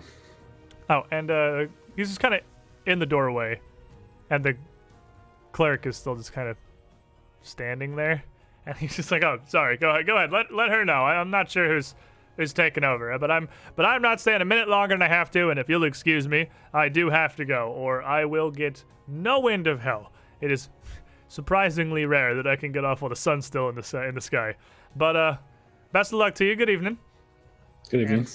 And makes his way out past you into the streets, while the clerk disappears back behind to get your meeting. After a minute or so, as he has to go all the way back himself, he comes back out, and to your surprise, well, she's actually free at the moment and willing to hear you. If you want Oh, perfect. to come back. So he takes you back straight past the secondary waiting room, directly to Lieutenant Constable's office, where for once it is actually just the pair of you and her in there, as she doesn't appear to have anybody else immediately on duty. And she looks up from her desk. Selwyn, welcome. Thank you. I'm afraid I've got a bit of bad news. And a fair amount of good. All right, well, you have my attention. Yes. Fortuitous first- timing. I didn't have much going on this afternoon. Oh, the stars must have aligned. Speaking of the Celestial. First of all, we have cleared out the Moonstone Hall. Oh, well, Just so it was in there. that's certainly fantastic news then. You might need to send some down there to do cleanup, or it'll start to rot most likely. There's also a I way was down concerned by your choice of words with cleared out. That certainly does seem to imply something was amiss. There's a lot of Trogs down there, and demons summoned by the Trogs. They came up through a hole in the ground inside the Moonstone Hall, deep within, really. Traveled up, and into the hall. And they've been here, been incubate for a little while. I don't suppose you've had people going missing recently. I'm sorry. Trogs Yes. and demons. Soulcaths. I will be frank with you and say that I don't know what those are. It's not a word I've heard before, but You understand what a demon is, yes? I understand the word.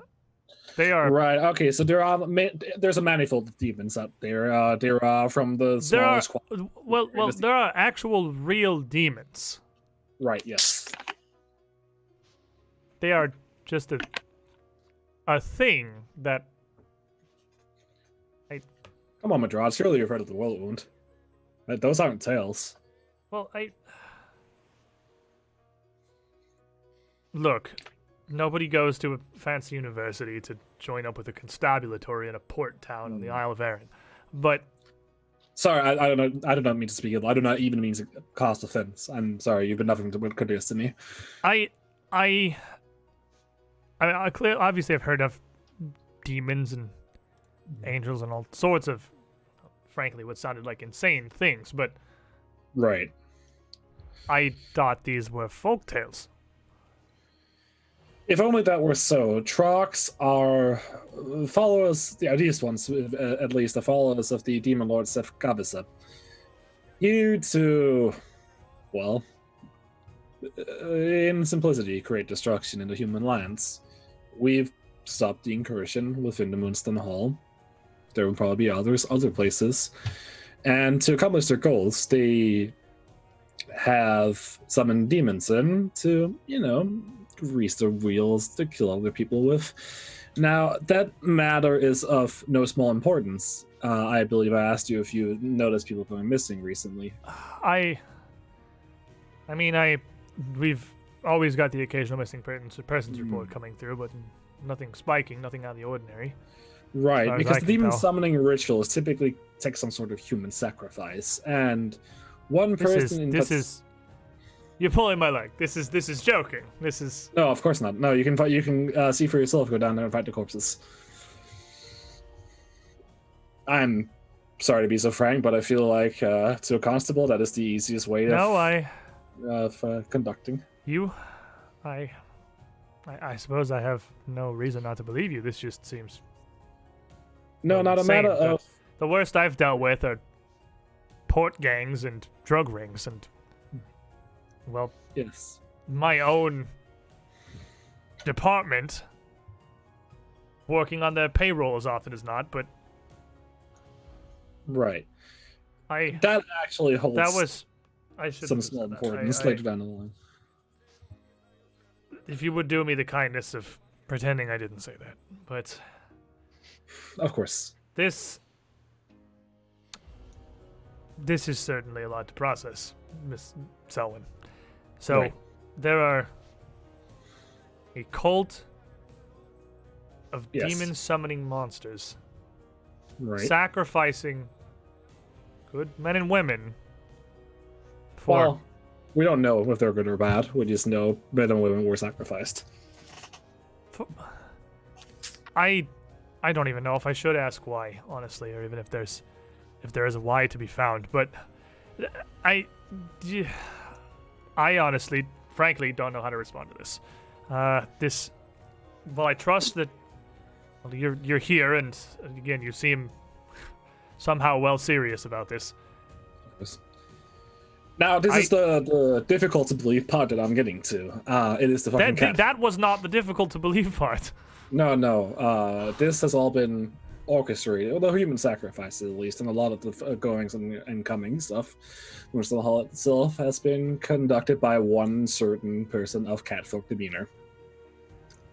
I assume you understand who I'm referring about. I feel as if I get the implication. Yes, there aren't many. There are some catfolk throughout Escadar, but there aren't many, and you haven't been here long. And based on just your simple line of profession, the circumstances of our first meeting, I can all but assume to whom you're referring. Yes. Now, one piece of evidence you'll have to gather yourself. I do not say this lightly. I do not say if this would baseless. First and foremost, I'll pull out the letter to the cross list of what she attempted to do with the statue. And you hand it over. And she looks at This is the smallest piece of evidence, of course. We also have evidence of her comings and goings for a drug den, a smuggler's den. I'm not actually sure about the complete specifics. I can direct you to where it is. They can confirm that she's been going from there to the Moonstone Hall itself. And finally, and I'll pull out the letter she wrote to the Soulcat leader down there. There is this. Well, at least I can read this. Well, actually, what language was that in? Was that in common? I think it's in common. I think that one was in common. Yeah. Let me double check real quick. I know that the checklist is in Amuran. which she definitely can't read. Yeah. And this, where the heck is it? It is in Draconic, so she can't read that either. So, to hand her these two things, I'll admit, not only can I not read either of these, I don't recognize either of these languages on a base level. One is Catfolk, one is Draconic. This, Boring. yeah, what time is it? I believe we should still have scribes on staff who can translate this for me. If you send one person to transcribe the Muron one, I can do it on the Draconic one, and your scribe can verify that it's the correct translation. Right. And she would just kind of lean back and yell out, Reginald! It's usually it's been a hectic evening. I apologize that we're not as organized as I usually am. Reginald! I mean, of course, normally I have a constable here on staff to aid me in such matters, but Constable Holden needed the night off for some urgent matter or another. So, I'm working on what we have here. One moment, please, if you'll wait. Urgent matter? I thought he was simply off. I didn't get much of the details. Some family matter he had to deal with, and she heads out the door, leaving you, Barkbeard and Blue here. And Blue, I thought I was the one that needed a cigarette. He's not having a great day, is she? She's wound tighter than a month-long clock. She does have quite a bit to deal with. I mean, fortunately, yes, fortunately, I feel like maybe it is only going to get worse, as we also tell her that our circus was lit on fire, but such is life with the life of a constable, I guess. Well, I I don't must know. say, Barkbeard, I'm impressed. It's your best performance so far. He's barely said a word. Exactly. Well, I didn't want to step on your toes or anything. You seemed awfully proud of yourself and all of your evidence, and it's really rather endearing, if I do say so myself. You shouldn't. Well, it's okay. I'll say it anyways. After a moment, she comes back with a scribe, a middle-aged gentleman, dressed somewhat similarly to most of those that are in here, with a few books stacked up in his hands, and he nods to each of you as he enters. And the constable motions to him, this is one of our scribes, Reginald. He's a language expert, and hopefully he'll be able to translate these for me here so that I can corroborate what it is that you've told us here today. But while he is working on... Write the Draconic one, and he can verify. Quicken the job. Reginald, leave that to your discretion. And he would kind of nod. That would make it a bit easier, I believe. It's easier to verify things than to translate them from scratch. Yes. I don't speak Amuran, sadly. It's one of my failings, I admit. But well, if you want to, hand Draconic me a should piece of parchment. If you want to write me a transcript of this second document here, this Draconic one, I'll get to work on this Amuran. Yes, and I'll very quickly just scribble it down, because I've read it a couple of times. I can almost recite it by heart. So I only I take brief glances as I'm transcribing it. So as she sits back down and kind of motions to Blue here, well, and I'll sign it as the fucking cat instead of Mr. Sixleg. the fucking cat. She motions to Blue. This is a new one that you haven't brought here in my office before, so. Yes, he is a former employee of the Celestial Nationary. It's just extra testimony of criminal wrongdoings and otherwise. Now, Blue, would you do me the favor of telling her why you were sent to the circus on our night of our performance? Blue nods and stands up and kind of straightens his vest a moment before bowing deeply across the table. Miss Lady Constable here, I'm sorry, I don't believe we've been properly introduced. My name's Blue Crescent, formerly of the Celestial Menagerie, but now here with Miss Selwyn's employer, the Circus of Wayward Wonders. And holds a hand out across the desk, and she just kind of looks up at him and briefly takes his hand. Lieutenant Constable Saria Midrad. And he smiles. Well, truth be told, Miss Midrad, this story here does put us in a bit of a bind. It's never a good day when one has to be brought forth to rat out his former employers, but I'd be lying through my teeth if I didn't say this opportunity didn't put a little bit of a smile on my face. And he would recount a lot of what had happened with the menagerie and Delamar. How Mr. Dusklight had sent Delamar here specifically to undermine you as much as possible, and that a lot of what he had said originally was just outright untrue. Like, he did kind of make up a bunch of crap initially in that first meeting. But then following up that himself, Delamar, and he named that other lady as Rana, had come through at your opening night to basically assault the group of you, shut your show down, try to do whatever they could to force an altercation, to just literally beat everyone away from the tent as they could.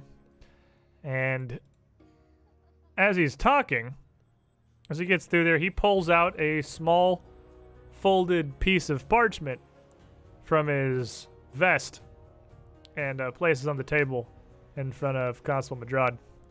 Now, I know this is all just the word of one Connie against another, and working in your line here, you're not going to be terribly well inclined to believe either side of this. Word of mouth only gets us so far, but that there I can give you are some direct and plain instructions in the Taldan tongue that I'd like to hope all of us here speak, read, and understand. As to the events Delamar led us to on that opening night for Selwyn and her Circus of Wayward Wonders. It was a very simple smash and grab operation, one that I think you've found and dealt with many times before in what I'm sure is a very long and storied career. But rather than grabbing diamonds, coins, or valuables, we were there to steal the spotlight. Go ahead, take a look. And as she opens it up and starts reading through it, goes, well, I can't exactly verify whose hand this is written in. It certainly seems damning enough, given the situation. Well, Reginald, how's it going? And he hands her a quick translation of the Draconic thing as she reads that again real quick. Got Night of the Secrets of the Moonstone Pools, the Diadem. These names are, well, certainly not local. Shrasek, Uzenshell. Oh, I guess that would be fitting given a strange language. Something got a ghost in here again. Not going to be here to tell me that there are also real ghosts that exist, are you? Well, now that you ask. There's also ghosts down there, pompous bastards.